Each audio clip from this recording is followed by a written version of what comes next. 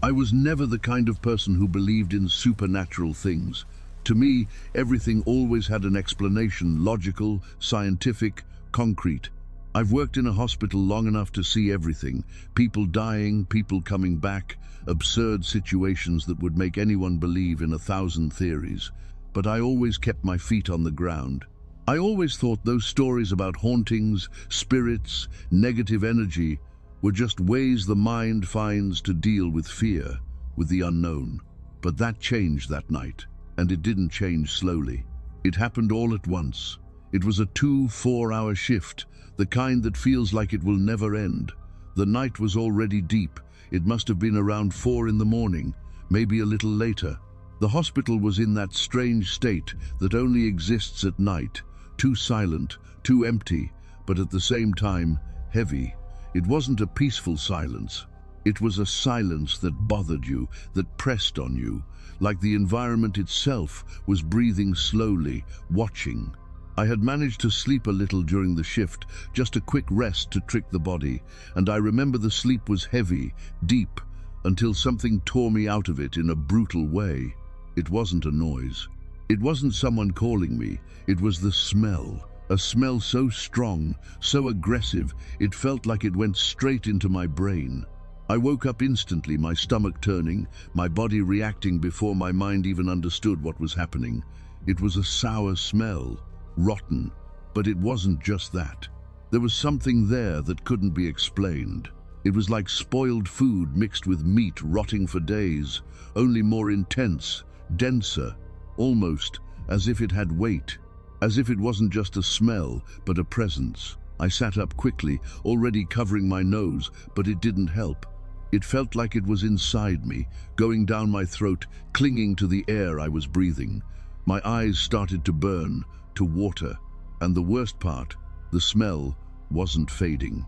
It was getting stronger, closer, like it was moving. I got up and opened the door of the room where I was resting, still dazed, trying to understand what was happening. And that's when I realized it wasn't just me. The hallway was already strange. Nurses moving quickly, some with their faces covered, others visibly uncomfortable. One of them was standing by the wall, breathing through her mouth, clearly trying not to throw up. Another looked at me and said softly, almost voiceless, "Are you feeling this too?" And that's when I knew it wasn't an illusion. It wasn't something isolated. It was real, and even stranger. Without anyone saying anything, without any command, without any explanation, everyone started moving in the same direction, as if they knew, as if they were being pulled to the lower floor, to the ICU. Every step I took toward the stairs made the smell worse. It was like walking down toward the source of something wrong, something that shouldn't be there. When I started going down, I felt the air change, become heavier, harder to breathe. It wasn't just the smell. The entire environment felt different, as if something was soaked into that place.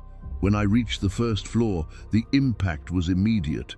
The smell there was no longer bearable. It was suffocating, dense, almost tangible. It felt like you could touch it in the air. That's when I saw the movement in the ICU. The professionals were all wearing masks, some with expressions of pure discomfort, others trying to stay calm. But you could see in their eyes that this wasn't normal. This wasn't routine. This wasn't something they were used to. And in the middle of all that, there was a stretcher with a covered body, a woman, an elderly woman. Someone mentioned she had just died. Minutes ago, maybe an hour at most, around 4:30 in the morning. I recognized her instantly. I had seen that woman before, several times, always in the same place, always alone. I never saw anyone visiting. I never heard anyone asking about her. It was like she simply existed there, forgotten. But at that moment, looking at that stretcher, I felt something different. It wasn't pity. It wasn't sadness. It was discomfort, a kind of feeling that doesn't make sense, but that the body understands before the mind. And then they started moving the body. And that's when everything got worse. It wasn't gradual, it wasn't subtle, it was immediate.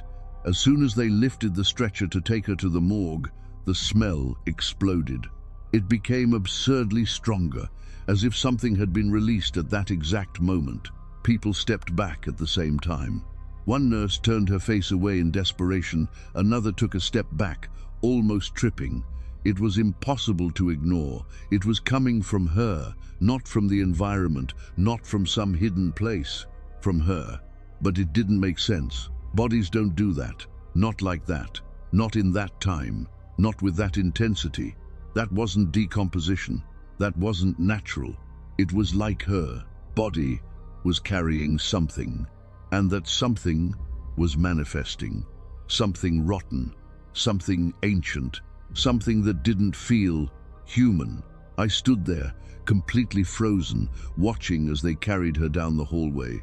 And the most disturbing part was that the smell seemed to follow the body, as if it was tied to her, attached to her. And then they crossed the door. They left the ICU. The door closed. And at that exact second, the smell disappeared. It didn't fade. It didn't go away gradually. It simply vanished, as if it had never existed. The air became clean instantly, light, normal, as if nothing had happened. And that was what scared me the most. Because no smell disappears like that. Nothing physical vanishes that way. That didn't follow any rule. People started looking at each other, confused, in silence. No one knew what to say. No one needed to say anything, because everyone there felt the same thing. That wasn't from death. That wasn't biological. That was something else. And it was there, at that exact moment, standing in the middle of that hallway, with the air clean again, as if nothing had happened. That for the first time in my life, I had the real sensation that something invisible was among us. After that night, I tried to go back to normal. I really tried. I told myself there had to be some explanation, some leak, some error, some biological factor no one had identified yet. But deep down, I knew I was lying to myself. Because what bothered me the most wasn't just the smell appearing, it was the way it disappeared. That doesn't follow any rule. And when something doesn't follow any rule, it's because it doesn't belong to the same place as us. In the days that followed, the hospital seemed the same, but it wasn't. I started noticing small things, things I would have completely ignored before. Strange sensations, that constant discomfort, like you're never really alone, even when there's no one around. The silence felt different, heavier, more present, as if it carried something hidden inside it. And that's when the sounds started. It didn't happen all at once. It was gradual. First, small things, almost insignificant. A distant step in an empty hallway, a faint dragging sound, like something being pulled across the floor. I would always stop, listen, try to find a logical explanation, but I never found anything. When I went to check, there was no one, no staff, no patient, nothing. Until one night, I heard crying. It wasn't loud, it wasn't hysterical. It was low, weak, like someone trying not to be heard. A suffering, choked cry coming from far away. I froze instantly. That didn't sound like a normal patient. It didn't have that hospital pattern. It was different, deeper, heavier. And the worst part, it was coming from the third floor. The same floor where years ago that accident happened, where more than 10 patients died suffocating, trapped in their own beds, fighting for air that never came. I had heard stories about that place before. Everyone there had. They talked about footsteps, shadows, people running where there was no one. But I always ignored it, until that moment, because that crying didn't sound recent. It sounded old, like it was stuck there, like it had never left. I didn't go up that day. I didn't have the courage, but something inside me started to change, a strange curiosity, a wrong one, as if part of me wanted to see, wanted to understand, wanted to confirm, and that was the beginning of my mistake. A few days later, I was in my room, a small space that used to be a deactivated bathroom, a tight place with a single door, no window, isolated from everything else. It was always quiet there, until it wasn't. It was around 2 in the morning when I heard the first knock on the door. 3 knocks, dry, slow. I froze instantly. I stared at the door, waiting for someone to speak, call my name, anything, nothing. I walked to the door slowly, and before opening it, I looked through the gap at the bottom. You can see the feet of whoever is on the other side. There was no one, no shadow, no movement. I stood there for a few seconds, in silence, trying to understand, until it happened again. Knock, knock, knock, stronger this time, closer, as if whoever was there knew I was on the other side.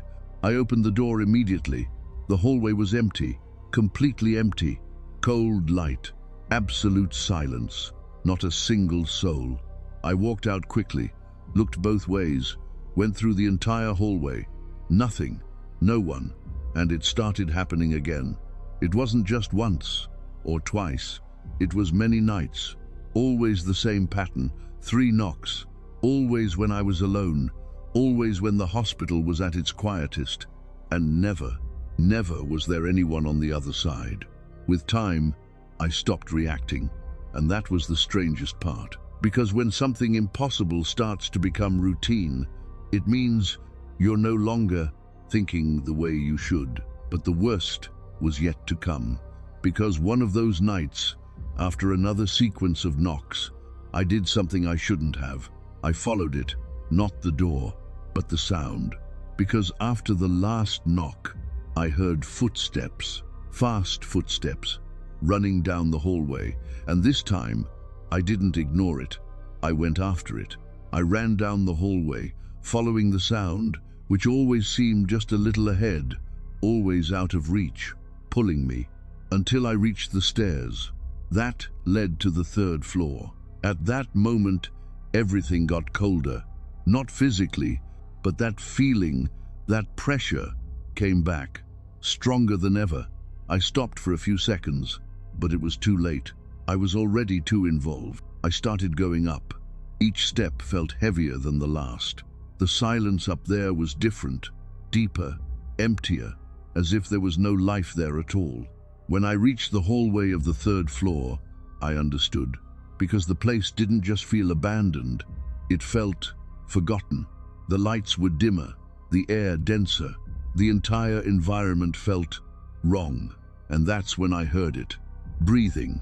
But it wasn't just one, it was several, out of sync, failing, as if multiple people were trying to pull in air at the same time and couldn't. I felt my body freeze. That wasn't possible, but I was hearing it, clear, close, suffering, and then came the most disturbing sound of all, a dragging noise, like chains being pulled across the floor, slow, heavy, getting closer. And in the middle of all that, the smell came back. The same smell, sour, rotten, dense, only this time stronger, much stronger, as if it wasn't spread out, but concentrated, coming from a single point, right in front of me, at the end of the hallway. And when I lifted my gaze, I saw it, not completely, not clearly, but enough. A shape, standing still, too tall to be normal, motionless, but wrong, as if the body wasn't fitted together properly. And even without seeing its face, I felt it. It was looking at me, and in that moment, everything made sense. The smell, the death, the silence, the knocks. That thing never left. It just needed time, because what came out of that woman that night didn't die with her. It stayed. And worse, it learned. And while I stood there, frozen, unable to move, with the smell taking over everything once again, one last thing happened, something I will never forget. Because that thing moved, slowly, broken, wrong, and it took a step toward me, and in that instant, I understood something that made me want to disappear from there. That thing wasn't trapped in the hospital. It was choosing, and that night, it chose me.